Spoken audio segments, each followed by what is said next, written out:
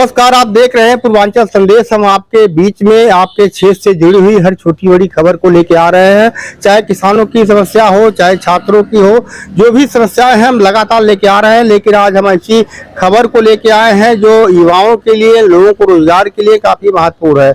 आज हम दुबुलिया विकास खंड के अंतर्गत नगर चौराहे पर बैठे हैं।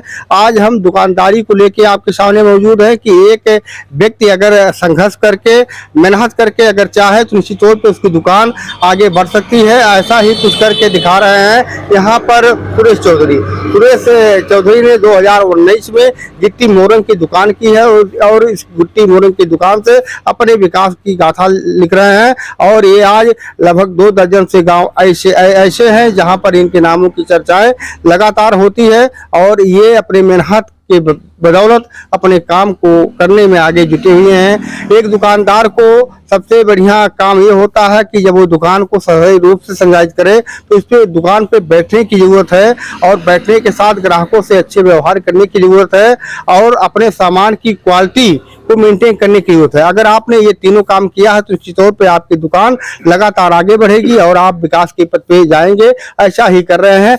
बाबू सुरेश जी, आपने कब दुकान खोला? हम दुकान 2019 में खोले हैं। आपने दुकान क्यों खोला और पढ़ाई कहाँ तक की? पढ़ाई हम बीए करने के बाद जी, तो कोई जब नौकरी इधर नहीं मिली जी, तो उसके बाद हमारे दिमाग में आया कुछ बिजनेस किया जाए। जी, तो बिजनेस में ये रूम पहले से यहाँ दुकान चल रही थी जी, और हम ओम प्रकाश चौधरी जी के साथ रहते थे। जी, तो जब उन्होंने यहाँ से छोड़ा तो उन्हीं ने हमको दुकान कहा आप यहाँ डाल दीजिए गिट्टी मोरंग की। जी, तो उसके बाद से मैं यहाँ गिट्टी मोरंग की दुकान तो गिट्टी मोरंग की दुकान में पूंजी ज्यादा लगती है, इसमें प्रतिस्पर्धा ज्यादा होती है, ये अठन्नी चवन्नी पे धंधा होता है। तो इस धंधे को आपने क्यों चुना? चूंकि पूंजी ज्यादा लगती है सर, क्योंकि हम उनके साथ में रहते थे जी, तो इसी से हमें यही समझ हुआ है कि हम यही बिजनेस के। पूंजी तो बहुत लगती है, इसमें उधारी बहुत होता है जी, जी। तो इसमें 3 पूंजी की जरूरत होती है, एक आपके पास रहे, एक फील्ड में रहे और एक का सामान रहे। तो फिर कैसे आप लोग मैनेज करते हैं? सर, मैनेज हम यही सहयोग से जी, जो बड़े लोग का सहयोग है, इस सहयोग से हम दुकान से, हमारे पास बहुत पूंजी नहीं है जी, लेकिन कम संसाधन और कम पूंजी में हम जी हाँ अभी बेहतर काम कर रहे हैं। तो आपने दुकान 19 में खोला था? जी सर। तो आज दुकान के कितने वर्ष हो गए?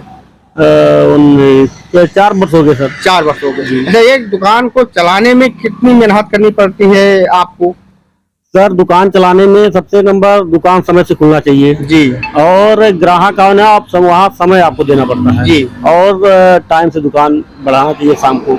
ये नहीं कि आप ग्राहक नहीं आए उसके बाद दुकान बंद करके कहीं गायब हो जाए, ये आपको नहीं करना चाहिए, उसको समय देना चाहिए।